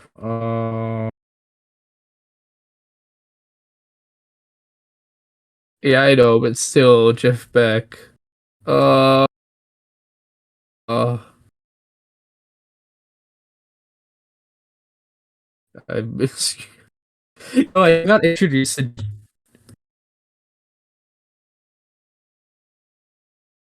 Wow. It's like,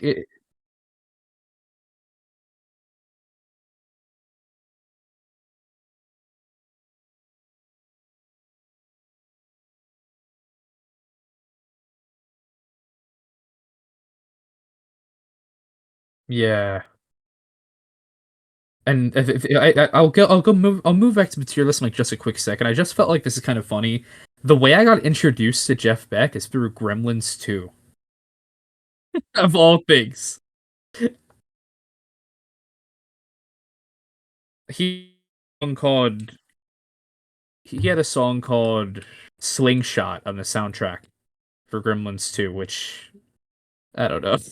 I love that movie. But no, I just watched that movie so much that I got it printed into my brain. I,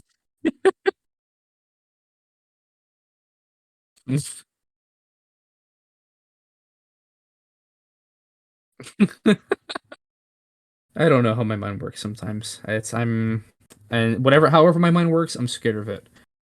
Um yeah, let's yeah. Let's get Dio done. I think how about would you put Mob?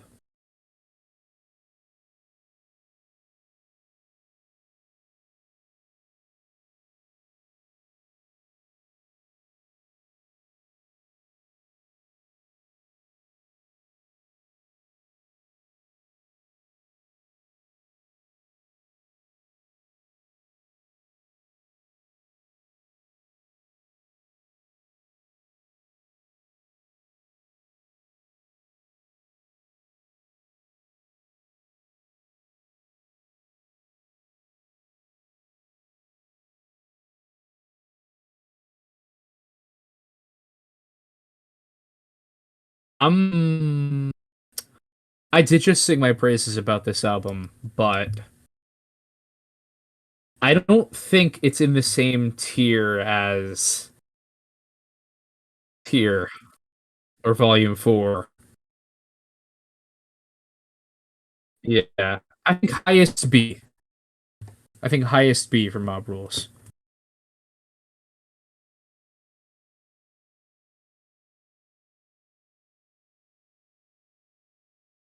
Oh, the red one.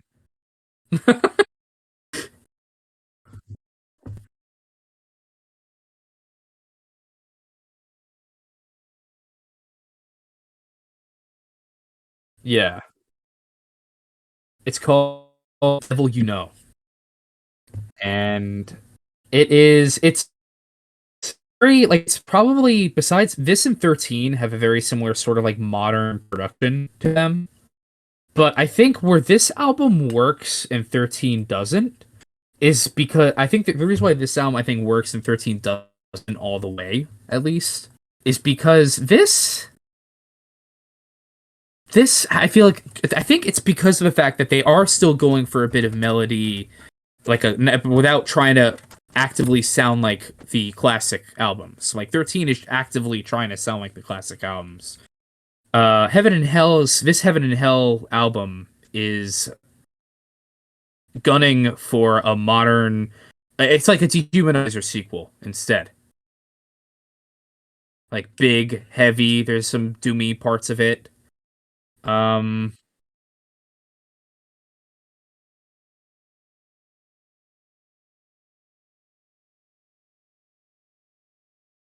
I think it's kind of hard to pick like an absolute standout sometimes. Like it runs together a little, but that's a good thing and a bad thing because on one hand there is it is incredibly consistent. But on the other hand, you know, yeah, it coasts, but it's a high coast. I think A. I think yeah, there's a lot of A. I'm saying A like all the time, but I really love this band, and I really love this album also. But it does coast.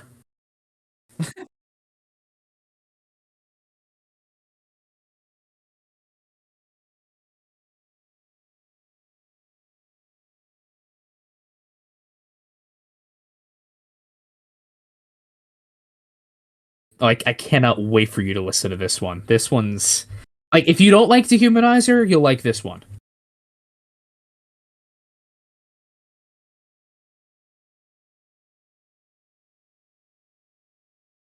Yeah.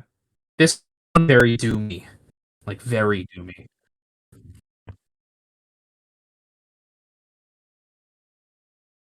Yeah, this is Dio's last album ever, actually. He he died, I believe, a year after this album came out, or a year or two.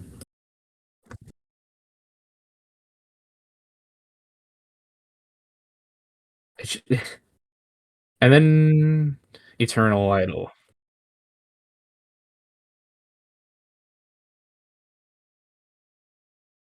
the album of all time. It is the album of all time. Uh, it's it's an album. It's there. It's all right. It's good. There. I like how it. I feel like I'm not. There's the most well known song from this album is called "The Shining." I've never really been into it. Truth be told, I don't know if that's a lead single off the album. Uh, I don't know. Yeah, because I do like this album. This is like one of the first Black Sabbath albums I listened to, so it's like a little bit heartbreaking for me to talk about it this way. But honestly, there's like it has the same exact problem as Headless Cross, but it's a little worse, I think, just because Tony Martin, this is the first one with him on vocals. He was not supposed to sing on this album, and it's very obvious that he wasn't supposed to sing on this album. It was Ray Gillen of Badlands, and I really like he's kind of like uh Robert Plant esque. I really like I like his work in Badlands a lot. They're a blues rock band with Jakey Lee from OZZY's solo band. They're the first one's like kind a little metal, but like the two albums after that are straight up blues rock. Like they don't hide it a little. Like they go full on. And I think the thing about it's I just think like there is a version Ray Gillen did sing on this album. He sung on 8 of the 9 tracks minus the instrumental. The only problem is that he left before the album could release, so they had to delay the album to re-record it with the new singer. The version does exist. You can listen to it on YouTube, the Ray Gillen version. And I think for the most part, he fits a. I think Tony Martin's a better fit for Black Sabbath, but Ray Gillen's a better fit for this album, which is decidedly unsabbathy for the most part. It's a little faceless. Yeah.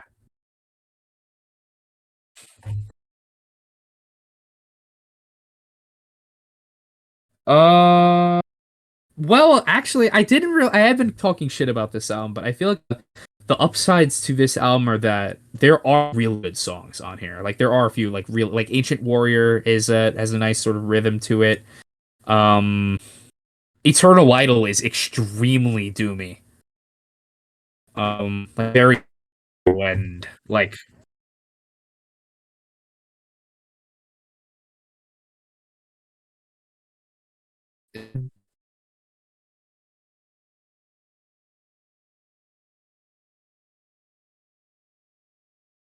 it gets very good as it goes on. I think it's a little bit of a grower. I think bottom B. Yeah.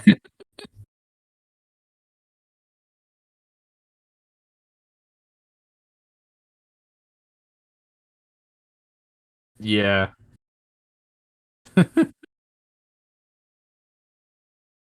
Bloody hell. What time is it? A lot of A's, but it's Black Sabbath.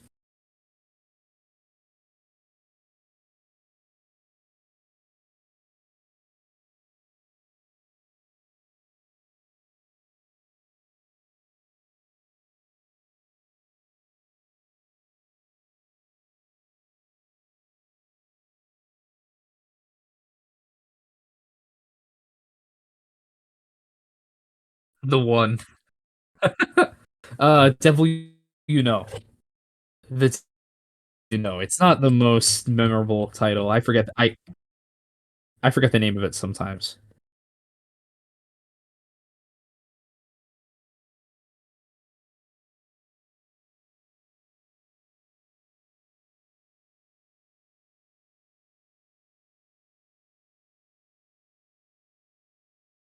I think Born Again is still B, honestly.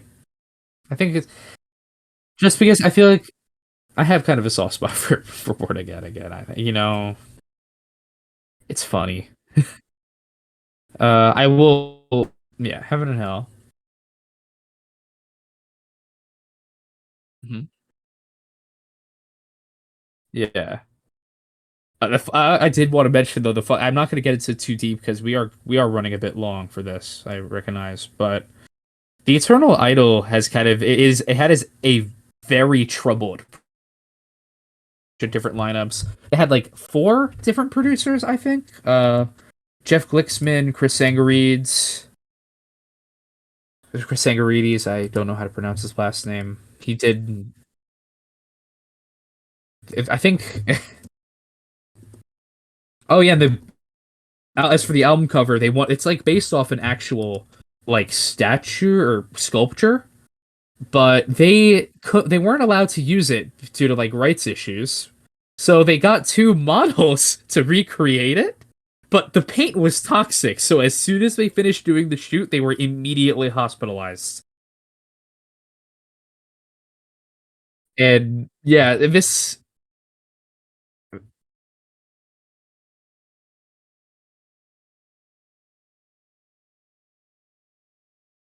yeah, the album's technically the cover is kind of a crime. There's three producers. There's a revolving lineup that didn't even carry over to the tour. The tour got canceled part of the way through, and they got dropped.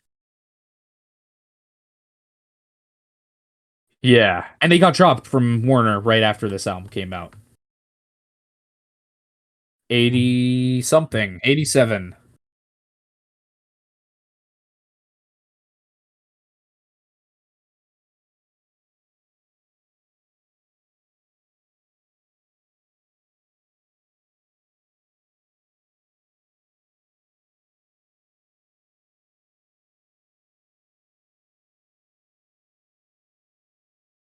Yeah.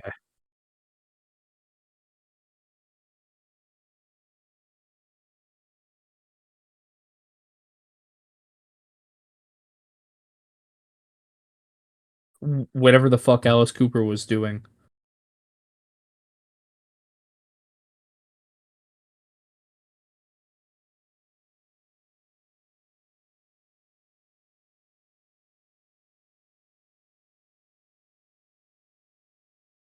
Yeah. But otherwise, it's just sort of like that, "Oh."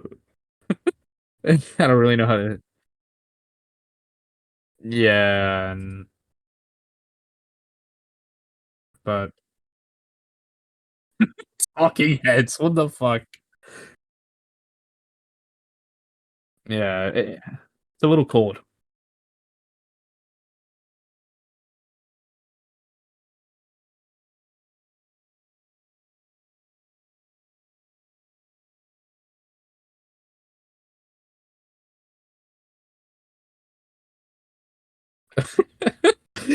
Cross purposes. Actually, I take that back. I said about Eternal Idol that it's the album of all time. Scratch that. That's cross purposes. The album. It's an album. It's there.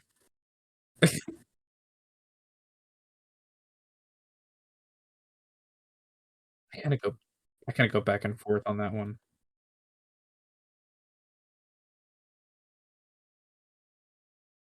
No, definitely not. I don't think. At least to me, like cross purposes. I feel like it's like I just think it's a little trying hard to. I feel like it's like the only Black Sabbath album besides Technical Ecstasy and to an extent Eternal Idol and Seventh Star, where it really, yeah, yeah,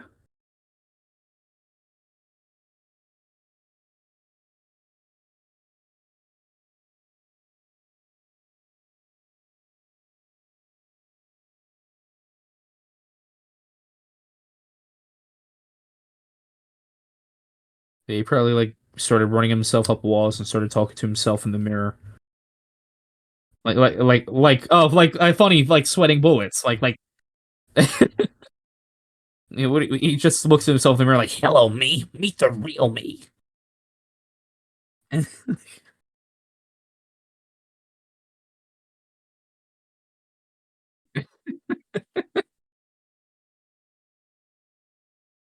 And then meanwhile everyone else is just Ozzy just like what's going on here and then, I don't know like they're having their fun little yeah.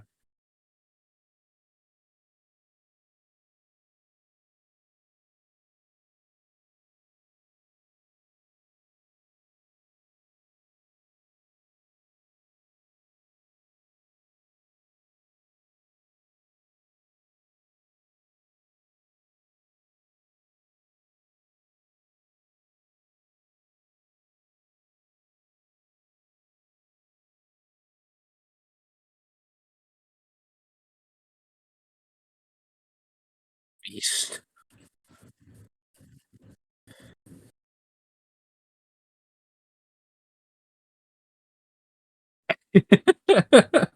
I mean, if there's anything though, like Dehumanizer, I'll say this though, if you don't like Dehumanizer very much, because it's not always like I know a lot of people aren't that crazy about Dehumanizer, but if you don't like that, you'll definitely like The Devil You Know, even if it is a little bit more of a modern sheen to it, like 13.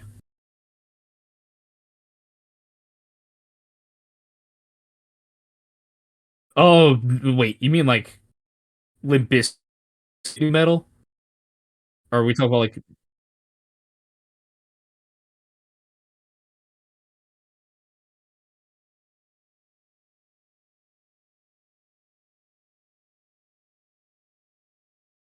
uh? I think m modern. No, no, not modern. It's not modern, really. I want to say self-title. Wait, hold on. Let me just make sure what the next album is called. Um, it's like self-titled and like Death Magic Doom era Candlemass, where it's not like full on like like not okay, maybe not self-titled, but like that singer after Markolin Messiah. Um, yeah, it's like more melodic Candlemass, less a little less doomy. I never had so many compliments about the way my skin Yeah, well, looks. there's a It's really few. nice to I see don't that know I can which. get great, I healthy like skin some of the without putting a Candlemass lot of vocalists a product on lot. I it. feel like Markolin's whatever his name, Messiah. I like him. I like the guy. I think he did that one album with in the '90s. Yeah, it's it's Dio vocals. It's like Dio. No, this is during the period of time where his voice started aging considerably. Like he sort of adopted like this sort of old creepy storyteller that you. It's like it's I call it the bard voice almost.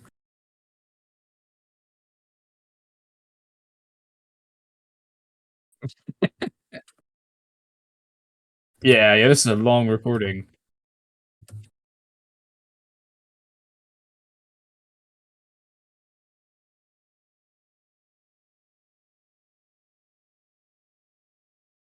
Did we stop recording? Oh, then nothing else in that regard.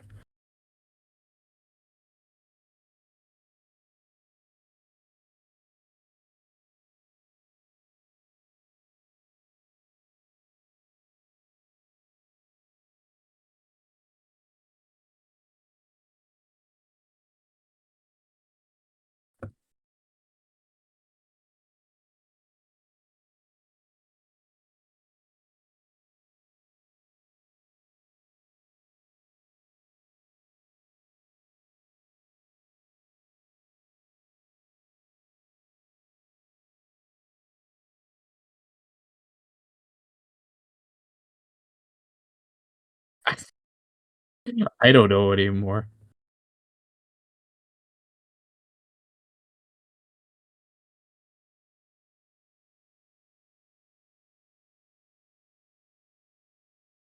Yeah.